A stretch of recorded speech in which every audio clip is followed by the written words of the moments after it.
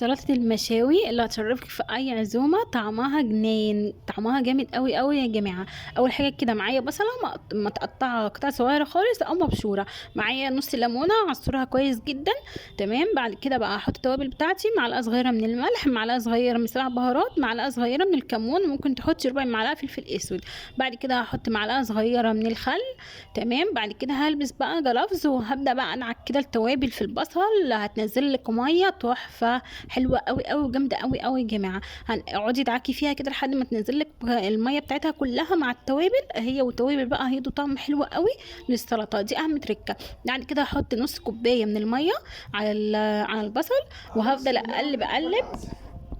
اجيب بقى البصله في قلب الميه والتوابل لمده ساعه، وبعد كده هبدا احط عليها شبت قد نص حزمه مثلا، وكمان خس. وعايزه اقول لكم الشبت بيخليها طعمها مسكر قوي تحفه، وده سر المحلات. بعد كده هحط خيار مقطع مكعبات، وكمان فلفل رومي مقطع مكعبات، وعايزه تحطي حار حطي. وحطيت كمان طماطم مقطعه مكعبات، طبعا الكميات زي ما انت ما عايزه. يعني كده بقى هقلبهم كويس جدا جدا كلهم في قلب بعض ومع البصله، علشان ايه؟ يتبلوا بالتتبيله اللي احنا كنا عاملينها في البصله، وهتاكلي احلى واطعم سلطه مشويات. بألف هنا وشفا.